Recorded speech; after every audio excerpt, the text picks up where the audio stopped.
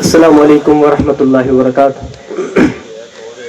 الحمد للہ نحمده ونستعینه ونستغفره اما بعد فاعوذ باللہ من الشیطان الرجیم بسم اللہ الرحمن الرحیم. قال اللہ تعالی فی القرآن المجید انی ترکت ملۃ قوم لا یؤمنون باللہ وهم بالآخرۃ هم کافرون. صدق اللہ العظیم.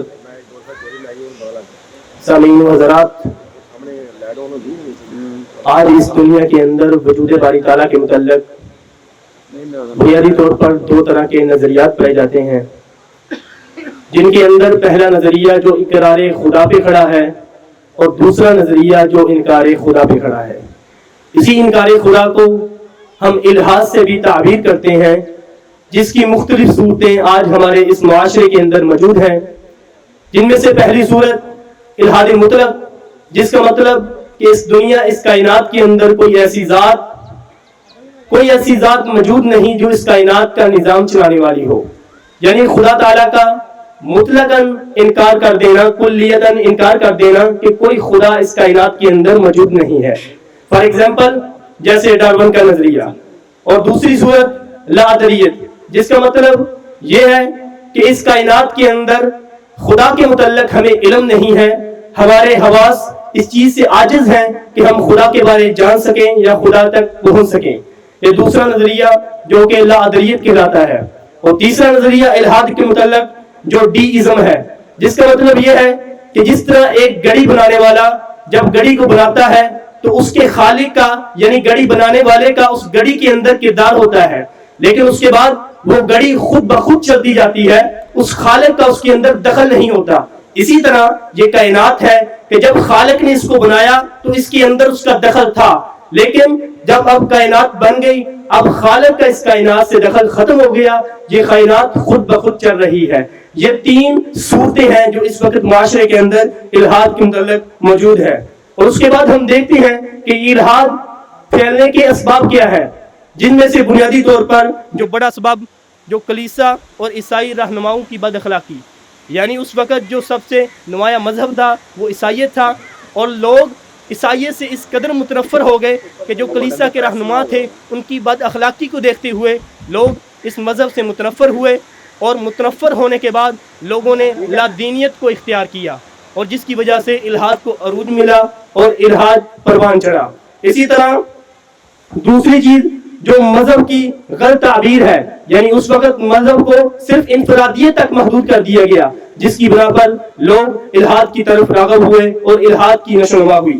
یہ تھے یعنی کہ اس کے پھیلنے کے اسباب. اور تیسری چیز، آج اس مسلم معاشرے کے اندر اس الحاد کے اثرات کون سے ہیں، جن میں سے پہلا سب سے بڑا اثر کہ دین کی محدودیت. سب سے پہلے یہ بات جان لینی چاہیے کہ دین اسلام نہ صرف ایک دین بلکہ مکمل ضابطہ حیات ہے، جو زندگی کے ہر شعبہ، ہر پہلو میں انسان کی مکمل رہنمائی فراہم کرتا ہے. لیکن الحاد ان سے دین اسلام کو صرف انفرادیت تک، یعنی انسان کی پرسنل لائف تک محدود کر دیا، جبکہ اسلام جو کہ سوشل سائنسنگ کے ساتھ بھی اس کا تعلق ہے، معاشیات، عمرانیات، سیاسیات، ان چیزوں کی بھی مکمل رہنمائی کرتا ہے، لیکن الحاد نے صرف انفرادیت تک اسلام کو محدود کر دیا. اسی بنا پر آج ہمارے ملک پاکستان کے اندر سودی نظام، اسی طرح بے حیائی کو فروغ دیا جا رہا ہے. یہ تھا پہلا اثر جو مسلم معاشرے کے اوپر اس الحاد کا ہے. دوسرا اور بڑا اثر کہ وضعی قوانین کی بالادستی. اسلامی قوانین ہونے کے باوجود آج اس ملک پاکستان میں وضعی قوانین کو بالادستی ہے. یہ صرف اسی الحاد کی وجہ سے ہے کہ اس کا مسلم معاشرے کے اوپر یہ اثر پڑ رہا ہے کہ آج ہم وضعی قوانین کے تابع ہیں. اسی طرح تیسرا اثر شخصی آزادی.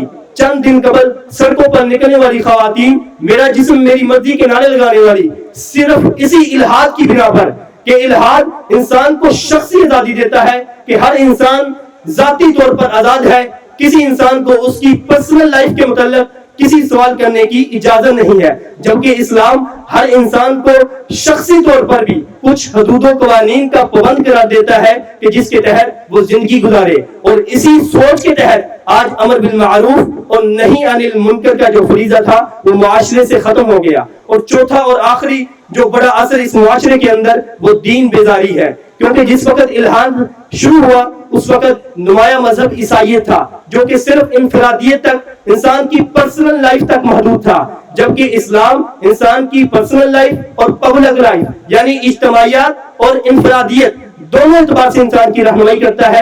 ان لوگوں نے اسلام کو بھی عیسائیت کے اوپر قیاس کرتے ہوئے کہ جس طرح عیسائیت ترقی کے اندر رکاوٹ ہے گویا اسلام بھی ترقی کے اندر رکاوٹ ہے، اسی وجہ سے انہوں نے کہا اسلام اگر ترقی چاہتے ہو تو اس مذہب سے نکلنا پڑے گا۔ اسی وجہ سے لوگ بہت تیزی کے ساتھ ملحد ہو رہے ہیں۔ یہ تھے الحاد کے مسلم معاشرے پر اصرار، اور اس کا حل کیا ہے؟ کیونکہ اعتقادی طور پر وجود باری تعالیٰ کے انکار پر یہ کھڑا ہے، تو اگر ہم اس کا حل تلاش کرنا چاہتے ہیں تو ہمیں بھی اپنے عقیدے کو یعنی اعتقادی طور پر ہمیں مضبوط ہونا پڑے گا، تب ہی اس کا رد ممکن ہے، بصورت دیگر ہم اس کا رد ممکن نہیں کر سکتے۔ تو آخر میں اپنے اس ادارے الحکمہ انٹرنیشنل اور خصوصاً اساتذہ کرام کا شکر گزار ہوں کہ جن کی بدولت آج ہمیں ان اہم موضوعات پر روشنائی حاصل ہوئی۔ اللہ تعالیٰ ان کے علم و عمل میں برکت عطا فرمائے۔ السلام علیکم ورحمۃ اللہ وبرکاتہ۔ زندگی شعور سے، الحکمہ انٹرنیشنل۔